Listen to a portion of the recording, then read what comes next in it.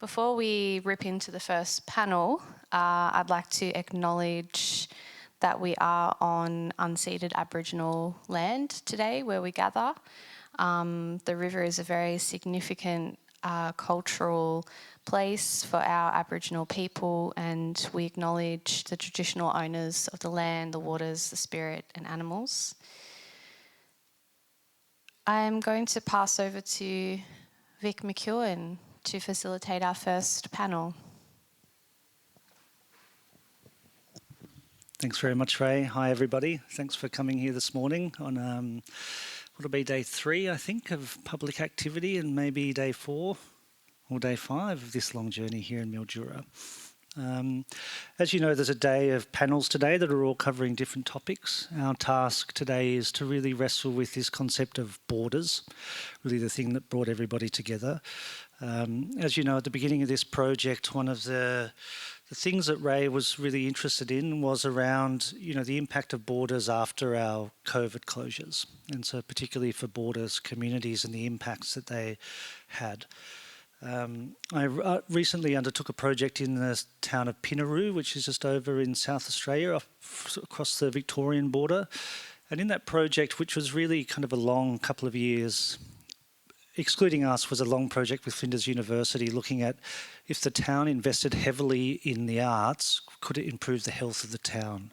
And so that project was directed by the town, it was dreamt up by the town, and then they're about to release the sort of outcomes of that research. But we were asked to come and not be involved in the research as such, but to deliver some, major kind of long-term, over a year engagement with community, to then make a show, which we made in the middle of, on the main street of Pinaroo. When they were doing that, when they were doing some of the first health checks of the residents in the town, what they discovered was that over a third of the town had depression. And so, quite a really sort of stark and astonishing, although at times I wonder if it actually isn't as surprising as we think, or unique as we think.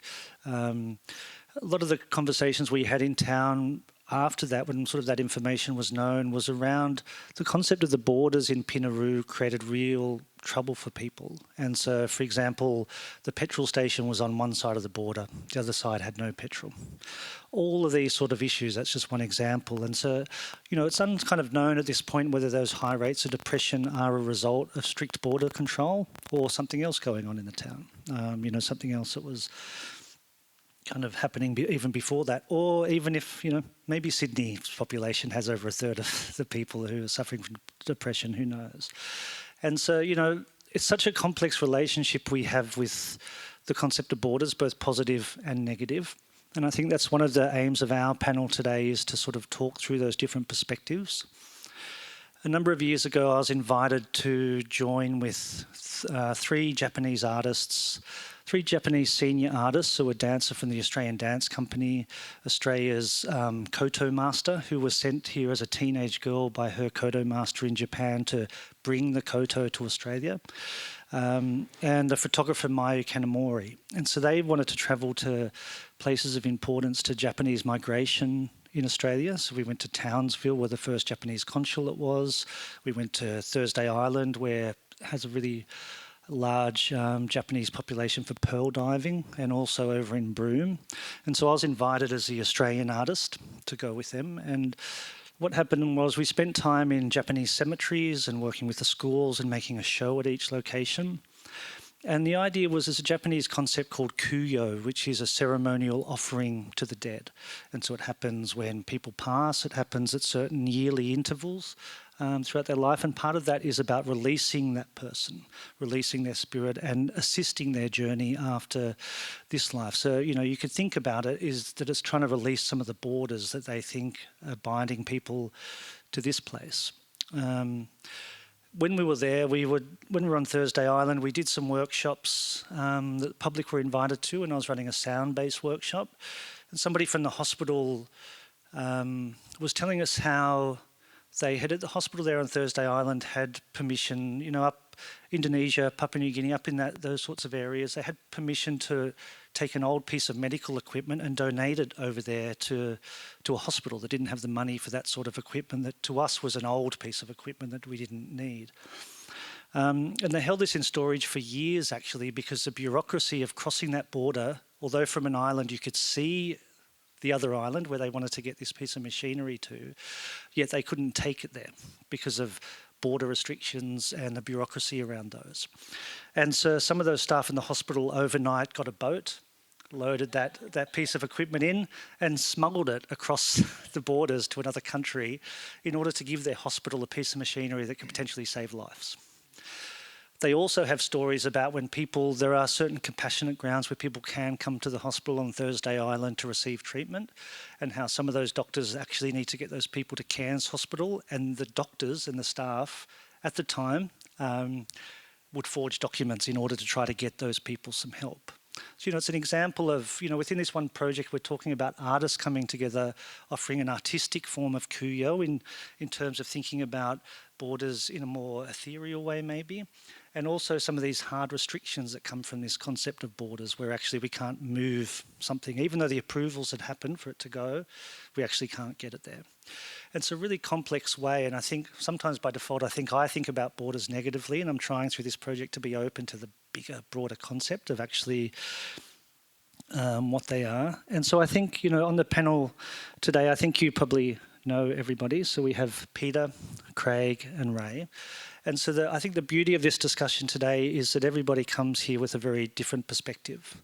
Peter is a performer, amazing performer with an embodied performance practice through body weather and other forms of performance practice that thinks about place, thinks about their relationship to the space that they are in. And therefore, comes from this with a perspective of that practice to this concept of borders. We have Craig, who's an ecologist, who, you would have all probably engaged in some of his walks and the information that he's trying to connect us through his discipline to the place that we're in. And also Rhae, who has a long history of community facilitation, of artistic practice, of trying to think through this world, through the skills that they have, in order to facilitate other people's flourishing, maybe is a word you could use, through their practice. So, it's a really great opportunity for us to think. We started this project as a response to COVID. We started this project where actually borders became, the sense of border control became something that actually we don't have much experience in Australia with as citizens of Australia, being forced, having military. When I was evacuated from England on the first day of hotel quarantine in Australia and put into hotel quarantine with the army outside our hotel room, of which we weren't allowed a key and no window opened. That was my experience of border control. When we were allowed food on the second week, the army would search through my hot chips before they passed them to me through the door to make sure I wasn't smuggling anything in my chips. And so not an experience I've had as an Australian citizen before. And so I think we want to take this panel really quite simply, and I'm going to start just by asking each panel member here to think about the beginning of this project and what it was about this concept of borders, how they understood the concept of borders and what sort of thinking they were bringing to this project when we began, and when we were trying to conceive of, well, we were there sort of in support of Rhae to think, how do we bring this together? How do we bring people together across multiple border communities to think about this and practice through these kinds of thinking? So I might start with Peter. So when we began this project, I think my question to all of you is about those initial thought, what you brought of the concept of borders when we began this project. Thanks. Is this working? Is this good? Yep. When the project first began, I had that hard idea of borders. That seemed to be the one that was at the forefront of the project at that stage, in a way, because there was the COVID that had split the cross-border communities that we'd been dealing with. And I was also thinking of how rivers are actually used politically to become a border. They're not necessarily a border, but they're used as a line on a map. I was thinking of how Indigenous people may have not seen a straight line until we put them on maps, or till we brought fences. And I was thinking of the Murray-Darling Basin, and how it's a basket case because of borders, the different arguments between states about who should get the water and who should have priority. And so I couldn't quite imagine how I was going to deal with that or even understand all those issues from the point of view of the people who'd experienced them. But what I thought I could bring was a sense that I had developed of permeability, where it was clear to me that we have borders inside our bodies, around our organs and between our organs, and they're all designed to be permeable in some way, so that your lungs, for instance, take in air from outside and then they're permeable so that it can get into the blood. And there are different boundaries between us and the environment. We're entangled with the environment because if there hadn't been trees, we wouldn't have been able to take our first breath when we were born. So those two things, the idea of permeability, which is like a softer way of smuggling things across the border, and the idea of ecological connection, and the process with which Linda and I were able to offer is body weather, which is an embodied sort of way of investigating experience and relationship to the world. So that was what I thought we could bring once I sort of hit on that idea of permeability. And then things changed quite early in the project because there were floods. And so local people, I was astonished actually. We were being talked to by Alison on a Zoom session from Spiwa, whose house was at the time threatened by flood. It didn't flood, but it was threatened by flood. And she was able to both talk about the possible disaster and the fact that we have to accept that this is how nature works. So that was a sort of coming to us of this sense of permeability, that there are different ways of looking at things. And also there was an Indigenous perspective brought to us by Mark Grist, who talked about borders as meeting places, Aboriginal meeting places, but also as things that were quite comforting sometimes. So that was very interesting to hear that coming from him, that it can be very nice to feel you know where your edges are. And then there were local artists' priorities. When we got into the project, all of the people who participated had their own way of perceiving borders or using them in their work. Thanks, Peter. I might ask Craig, from an ecologist perspective, entering this project, how you brought this concept to the project. Yeah, I guess my initial thoughts were that when I was asked to think about borders in an ecological way, I thought, there's not many hard borders in nature. And so I almost went back to the textbook and I tried to bring some of these concepts that you often learn in first year university about ecology, and I thought, I'll just start with the basics and we'll see where we go from there. And so I started introducing concepts like transitional zones, because a lot of the time there isn't this hard boundary between one community and the next. There's these transitions, or ecotones as they're referred to, where you have some species slowly dropping out and you have some species slowly coming in, and how those transitional zones are often some of the most biodiverse areas because they have members of both communities existing in that space in the middle, whereas each community by itself has a smaller number of species. So you often get these rich environments in these transitional zones. And then, keep flicking through the textbook and edge effects. Yeah, let's talk about edge effects, which was sort of where we have enforced hard borders on nature through agriculture and industry and colonisation. We've cut these lines so that we can build fences, or we've just completely cleared up to a bit of remnant bushland. And you think that you've left this bit of nature in good health, but actually by clearing up to it, you introduce these edge effects, which are things like weed invasion, and you change the microclimate and the weather because you've now got more sunlight coming in, drying out the understory. You've got wind coming in, which then damages the trees more. In a nice closed canopy, a lot of trees are protected. So there's all these negative effects that are associated when we enforce a border onto nature. And that was the very early sort of thoughts on how borders fit in with nature. And then things got a little bit deeper as we went along, but I might save that for later on. And Rhae, I guess, you were thinking about this concept, being the initiator of this project and this idea through the much earlier stages of conceptualising, getting advice from others, writing funding applications. This concept of borders that you had to wrap the initial idea, knowing things will change inevitably as you go because everything's permeable. So maybe can you talk about your thoughts around borders in those early stages? It's actually really hard to cast my mind back over 3 years ago because I've just learnt so much over that time. But I guess observing the impacts of border closures on communities and how that separation was affecting us, but then also watching how during times of lockdown people were drawn back to the river and just how busy it was down there, and that people were really reconnecting to nature in that way that I thought was really beautiful.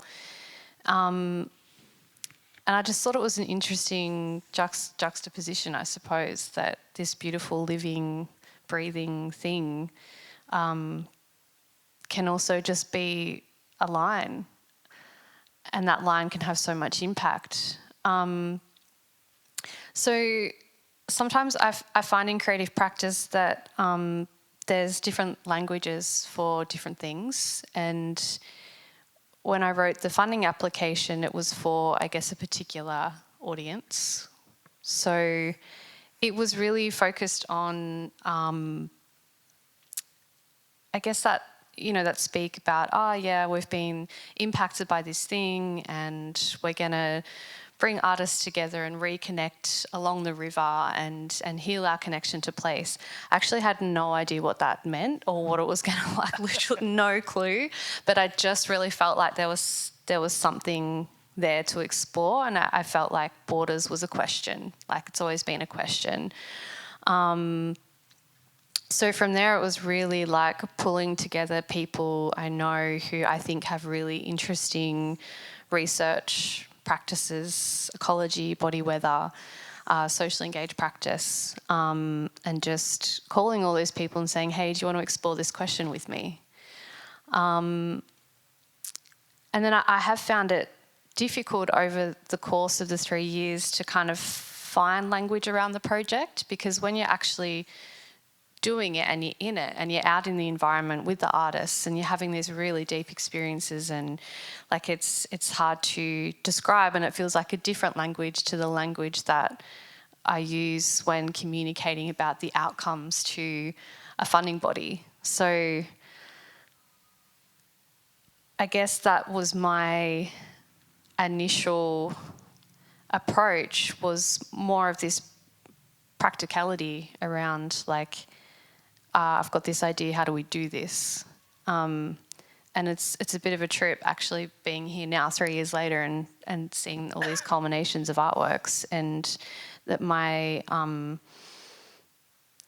ability to explore that question has been expanded so much, like the methods of inquiry that we have layered over time with all of these different perspectives and practices and knowledges and people from different places. It just layers and layers and layers like a lasagna, and like now I feel like I'm just diving into the lasagna and swimming in it, and it's it's pretty cool. Just going to pause so we can have 5 seconds for the lasagna image to sit. I guess too that, last night at the opening I mentioned the concept of, that life exists also beyond our knowledge. And so, things that are happening that we can't wrestle into words, we can't wrestle into expression, we feel them, and, it's a sense of what you're talking about there. That undergoing this process over the last 3 years, that you're in that simultaneous thing of trying to just experience something but also articulate it. And understand, well, when do I need to articulate it? When do I not need to? When is the right time to articulate it? So I'm wondering, because I think for me this panel is about mapping the progression. You went through this series of flows and flows back down the river, working with river communities in multiple locations, and then you did the flow back. You came back. And so in all of those things, one of, again, you know, the beauties of this project was the interdisciplinary cohort of people that you had. You know, you had people coming from very different perspectives of visual arts, of ecology, of performing arts, who are all bringing their own, you know, self-constructed and imposed on them borders to the project that they're trying to work through. So I'm thinking, as you sort of individually as practitioners and together, you know, that how was the process that you went through at those locations impacting how you thought through the concept of borders? Because I know that maybe even particularly during the first half, I might be right in saying the questions of what are borders, what is the project, were very active. And so I'm just wondering, you know, how was the engagement with others impacting your own thoughts that you came to the project with?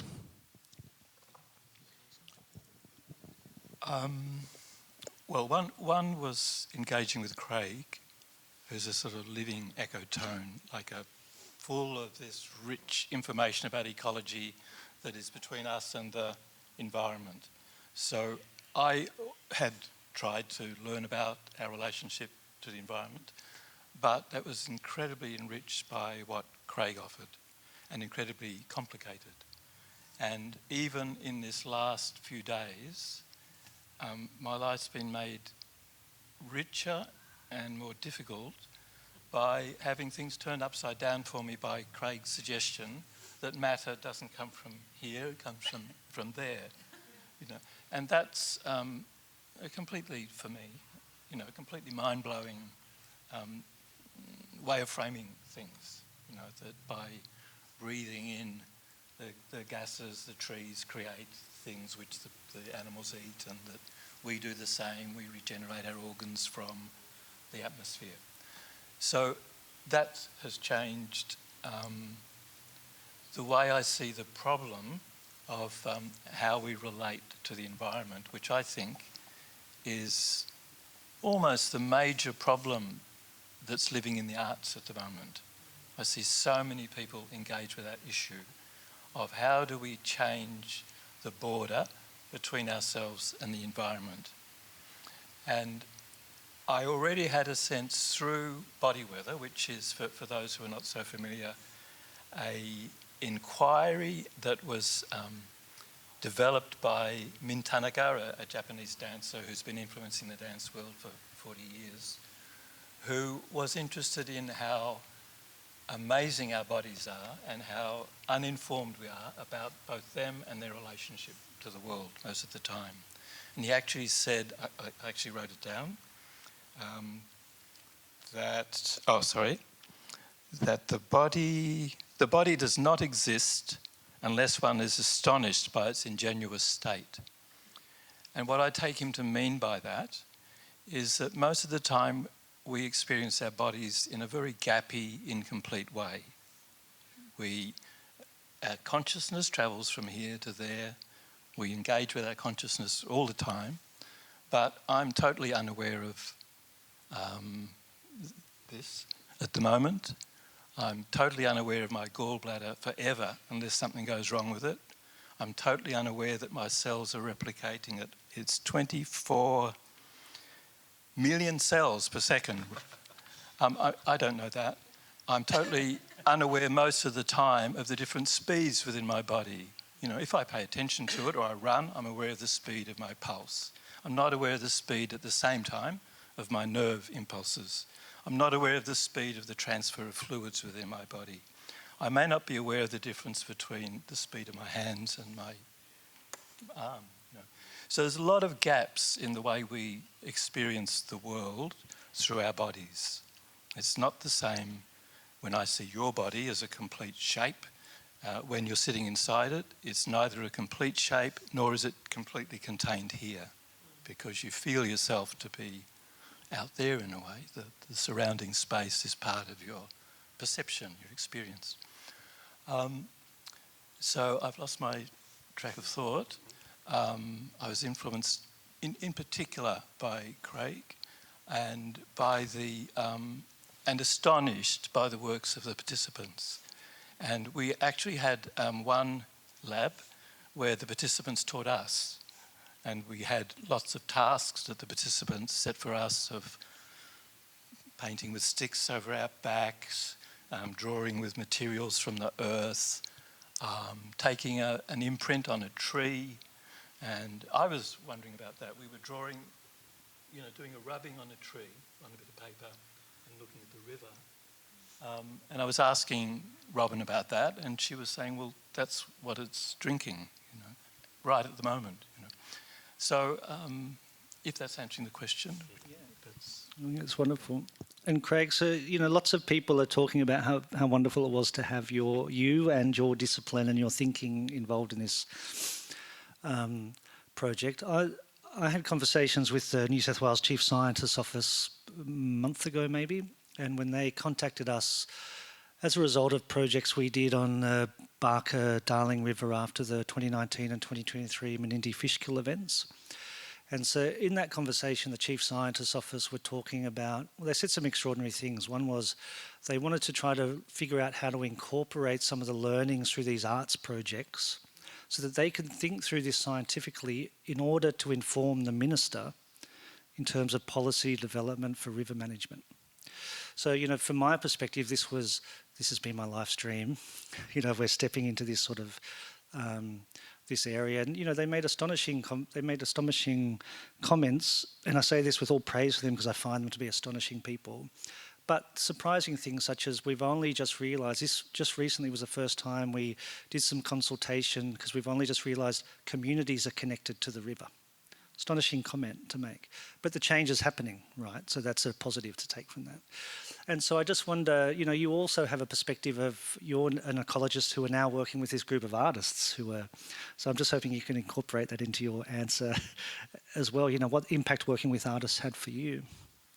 Yeah, that's a great point. And I've always sort of, very scientific mind, but always had a great appreciation for the arts and getting to know Rhae. We've had so many good conversations where we've started to realise how much crossover and how much connection there is between these two fields that are often, characterised as these polar opposites, art versus science, and that you're either left brain or right brain, all that sort of stuff.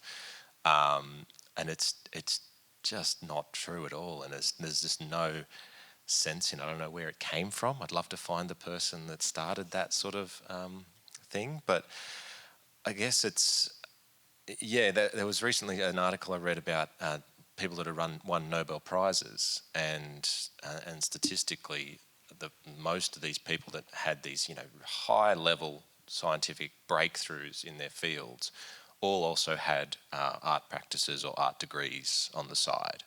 And because you do need that creative thinking sometimes if you're making those giant leaps in our understanding, you can't think within the confines of what we already know, and you need to have a brain that works a little bit differently to everybody else, and that's such a crucial part of it. And a lot of artists are in fact scientists. They have trial and error. They have a hypothesis. Will mixing this ink with this dirt do something good? Oh no, it's crap, and that didn't work.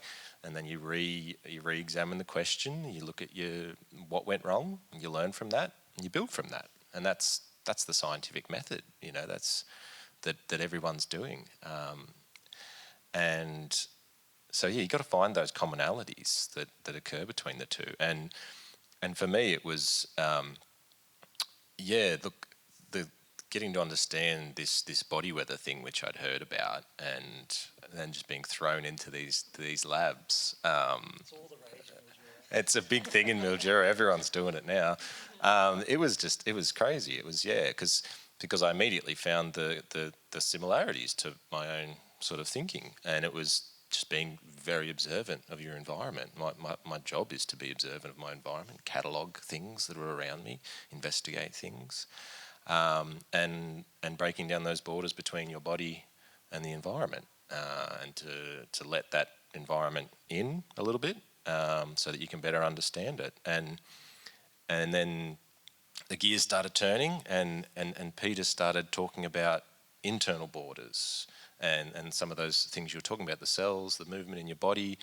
And that really opened up, I guess, the next level of stuff, which I started discussing with the team, which is more about the specifics of how plants move water through their system, and how they move the matter, the carbon, not from the ground but from the atmosphere, to bring that structure into life.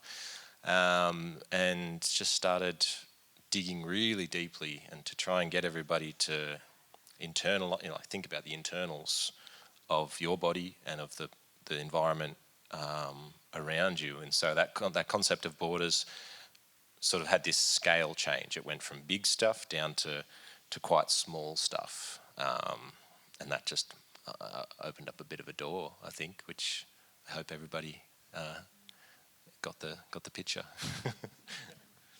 And I think, everyone on the panel, more or less in roundabout ways, has discussed Peter's concept of permeability, that sort of idea. And I think, extending that idea to this division we have between the disciplines, it should just be common sense that a scientist and an artist can come together and share knowledge and share their inquisitive minds and processes and grow from each other. Yet where maybe in First Nations cultures that the separation of the artist is lesser, the artist is more sort of central to life, more placed within life rather than considered an artist and separate from. That maybe that's what's happening here too. We're doing another example of this permeability between disciplines in order to have a greater investigation. And Rhae, maybe just to also just guide your response to the question, maybe I'll just also prompt that you, in the sort of, as the creative producer of this project, the instigator of this project, are concurrently holding your own and everybody else's perceptions of borders or process or understanding. So that's a complicated answer I'm expecting from you. I'm also just acknowledging that you hold multiple perspectives in your gamut of responsibility, maybe is a word you might use, I'm not sure. So I imagine you're thinking about all of those things as you undertake the process. Yeah, it's interesting, talking about having different disciplines coming together. At the start of this project, I had two fields of practice that I was engaging with. So one is body weather, which I think my first experience of that was maybe 8 or 9 years ago with Linda Luke on Bellambi, and it changed everything for me in a really good way. And I remember at the end of that 3 days, Linda asked to summarise my experience, and I remember I said I felt like the border between my body and the environment has dissolved. And so it began this just obsession with this mode of embodied research. In 2020, I'd also completed an intensive course in regenerative practice, which is about researching place. It's about asking place, who are you and who do you want to be? And it's a mode of inquiry that's driven my community development work, is to be really responsive and engaged with people and place. And those things were very separate for me, those two practices. And it was a question that was kind of hovering around, is what would happen if those two things are combined. And I think it felt kind of clunky at the start. If I sort of break it down into the 3 years of the project, the first year was we were still experiencing lockdowns and travel restrictions. So my proposal for the recovery fund of the challenges we were still deep in meant that I couldn't go on the road and be in community, which is what I'd planned to do. So it was a slow start in that sense. But our online sessions became a really good place to start some of those conversations. So in that initial stage, it was sort of more curated in a sense that we would set topics. We'd gather the artists online and we talked about things like methods of creative inquiry, links between art and farming, the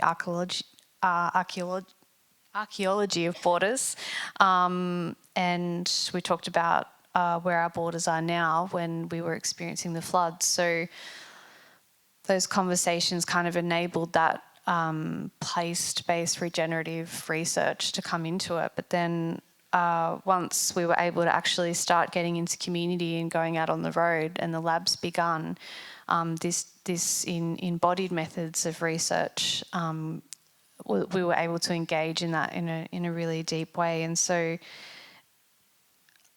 I feel like, in a sense, I'm really grateful for Regional Arts Australia to fund a 3-year process. I'd only ever worked on short-term projects before, so it really was a design-as-you-go thing. We had to be so responsive to just where community were at, how people were feeling, what was going on, you know, particularly around times of floods. Like, there's just ongoing challenges to deal with. I don't think that we recover, like, from any particular thing. I think we're in a state of ongoing recovery. And I think what we've managed to design over the last 3 years in this really responsive kind of way is a method, I guess, of that creative recovery for art, not just for artists, but for community as well. I've completely lost track of my... Is that answering the question? Seemed quite well resolved to me. You know, all of you, in one way or another, use words like research. You talk about you're in this state of inquiry through this work. So, although I, in one way, apologise for the linear nature of my questions on this panel, it's for a reason. You know, you've all undertaken this process of research, so now I'm wondering about now. You're at the process of Borders as it was under a funded project is coming to an end. Undoubtedly there'll be conversations about relationships continuing and practicing continuing. There'll be that sense after a project of sorrow and sadness and joy, everything mixed together that projects of this nature have. So I'm wondering, you know, given that you all talk about research, what is your output of that research in terms of your perception of borders, how we navigate them, how we hold them, how we might navigate them better even?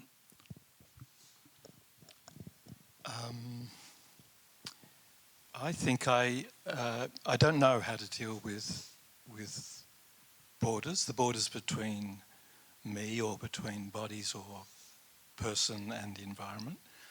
And I was thinking a bit about that, and also the notion of self and the environment. And there's a Frank Sinatra song, I Did It My Way, and it's a really gutsy song that builds up with an incredible energy. And I've always hated it. Hating is perhaps too strong a word, but I've always really reacted to it because that seems to me to be not what is the most important thing. And perhaps doing things with or in conjunction with or as influenced by or something like that is more important. I can understand why for some people learning to do something their way is exciting and important and crucial, but having done that, it doesn't seem to be what we should pin our flag on. So I'm attracted to the idea of somehow softening or changing that notion of self. What else did I think? Oh, and the idea of borders, I can see their usefulness. Like, for instance, if you're doing improvisation, having parameters helps. That might be that it's 7 minutes, or we're using voice or not using voice, or music or not music. It could be something very simple. But parameters can be bordered, be helpful. And on the other hand, I think they're often a mistake that they might be a tool for getting somewhere, but we shouldn't regard the borders, even when they're practical ones, as being something set in stone that we have no say in. I think that's all I can say. Well, borders. The word itself is just it doesn't mean. We've said it so many times over the course of this that, you know, when you say something long enough, it just sounds like gibberish. Well, it doesn't sound like gibberish now, but it just reminds me of this project and not of, you know, the borders that we started with. I don't think of the line or anything like that now. I think of this project, which is maybe good because it's sort of, I know that wasn't the intention, is to change the language, the way we look at the language, but the word has just taken on a whole different form for me now. And we're all sort of in this Borders glow at the moment. You know, this finale's been so great, and it's sort of solidified a lot of the learnings over the whole thing. And I guess moving forward, I'm going to be trying to, I guess, keep that current in my mind, and to continue those practices that we've learned through this process. And that's hard because once you're out of this space, it becomes difficult to keep that stuff. So I'm not sure how exactly to do this. Maybe there needs to be a Borders reunion at some point. But yeah, and just trying to keep in so many things in mind at once. I guess that's the come around for me, is that it's the interconnectedness of everything, from the communities to our own bodies to the environment. And, you know, Peter and Linda have led us through, you know, embodying particular things. And I know if you kept layering that and layering that and layering that, and you could hold all of that space, and, you know, then you think about all the different ecological layers. And if you could hold all of those layers together at once, I don't know if that's enlightenment or whatever you call that, but that's something to strive for, is to keep, kind of keep those layers together, keep the lasagna together. Maybe don't mess the lasagna up when you're cutting it. You got to keep it nice and square, and don't mush it up. Keep the layers together. I'm not sure, that was gibberish. You mush it up once it gets in here, don't you? Yeah, maybe that's the final form. So moving on from Frank Sinatra and lasagna, where would you like to go, Rhae? I've got a couple of things here, I guess, sort of different perspectives, but the first one is this statement that was said earlier: communities are connected to the river. It's like something that we say, and it's something I said a lot at the start of the project. And I think at the time it was like, yeah, you know, we're connected to the river because, you know, we draw water from it and we grow our food, and we camp and do activities by the river, and, you know, like it was more of this superficial understanding, I think, of being connected to the river. But I'm also going to refer to the science bomb that Craig put in the other day about matter actually coming from the air. So, like, I'll probably goof this, but when you're in the environment and you're looking at all the plants and the ground and experiencing, like, the physical matter around you, I think a lot of us assume that it comes up from the ground, but it's actually drawn from carbon in the air. And in that moment, I felt it. Like, I really just closed my eyes and just felt it all through my body and the people there and the landscape around us. And I think at the start of this project, I sort of pictured, I had an image of that communities connected to the river, and it was kind of more of a 2D kind of, there's the river and there's branches coming off it, and then there's like an end point somewhere. But now it's just like this completely cyclical, spherical, it's not linear, and there's no the time and the space is just limitless. And it's such a gift now to be able to stand in the environment and close my eyes and just actually feel that and know that that's there. So I think that's probably the best way I can try and summarise how my concept of borders has developed.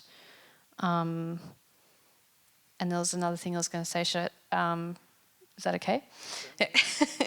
Just in terms of, like, the future, like, something we've been talking a lot about as a group is, like, how do we capture the impact of these types of projects and working in this way. And you know, I've already started working on proposals of other projects we can do, like using this kind of framework of research that we've built together. And I think it's, the next step is really learning how to share the stories and the value of this type of work so we can advocate for more support for longer, deeper, slower projects. Great. Well, one of our time restrictions is that we started our panel 20 minutes late. And so I might propose that we absorb 10 minutes of that in our panel, and then the later panel can maybe absorb some of that time, just so it puts us back on track. So I might just see if, does anybody in the audience have any questions for the panel before we wrap up?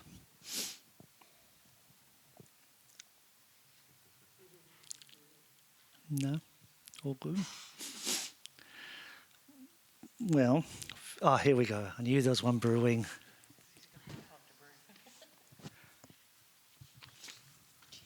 I have a question for you, Craig. I'm not so good at science and maths, but I'm also interested in how matter comes through carbon. So I guess it's a simple question. Is Google the best place to go for someone like me who doesn't get it, or can you direct me to some information that's user-friendly? Are you proposing Craig makes a resource for artists around ecological matters? Look, first of all, there are no simple questions in ecology. The more you ask, the more it unravels and it becomes more complicated. Second, Google is a force for good and a force for evil in some ways. I don't know what this. Consult your local ecologist, which in this case is me. Damn it, back to me again. Look, I don't know. There's a lot of great science education out there, and some of that comes in the form of social media, and there's just some people that are super passionate about sharing this knowledge, myself included. So sometimes yes. The Googles and the interwebs does have a vast resource for everybody to learn at various levels as well. You can go to the scientific journals and you can really get to the details, or you can go to your Wikipedias or YouTube. Maybe I can have a think about some resources that are more reputable than others. But I mean, the critical thing is having the curious mind. I mean, if you've got that, you're half the way there, and the rest is just paperwork, really. So asking. There's a great podcast I listen to called Ologies, where every week they interview a different ologist, so an ecologist, and the tagline is "Ask smart people dumb questions." So if you see anyone that you think is smart, just latch onto them and ask them all the dumb questions, because they love being asked. It's probably not great to call them dumb questions, because there are no dumb questions, but most people that are passionate about this stuff and that go into a career in it will just be jumping out of their skin to tell you about it. So, yeah. And you didn't suggest ChatGPT as a source for reliable information? Well, I'm going to wrap. We had many more questions that we were going to sort of get to, but because the answers have been so rich and dynamic and full, we've used our time for the talk. So maybe I'll just, reflect in some of the documentation you'll see around. You'll read that the idea of this project wasn't to solve any ideas around borders. It wasn't to provide definitions. It was to ask questions that could remain unanswered. And I think, there were some important words in some of those descriptions of that being for ourselves, our communities, and our place. And so I think maybe that, my reflection, having observed this and listened to this talk, was that, one of the outcomes that has come through this has been that permeability amongst participants in order to give, this idea of trying to have impacts for ourselves, for our community and place is a nice idea, and it's something that we think through how we can do that, but also I think something we have a responsibility to be enacting that in ourselves. It doesn't just come to you. You don't just get the permission to enact that sort of ethical engagement with things. We have a responsibility towards it. And so, I think I'd like to just sort of wrap this up that as proposed in the origins of this project, that there was no attempt to to define borders or to create solutions for things. But I think what it's done is to create that word that you just said, curiosity, and inquiry, modes of inquiry for the artists that have participated, to understand how do we question, how do we navigate, how do we hold things that are unknown, how do we hold things that are beyond our power, and how do we sit with them, offer suggestions, be lost at times, but be comfortable with that. And I think these are all sort of qualities that would make, as I mentioned, a quote from Deborah Bird Rose, our world more livable. And so I think this is what comes out of a project like this. So I'd like to thank everybody on the panel. A round of applause, please.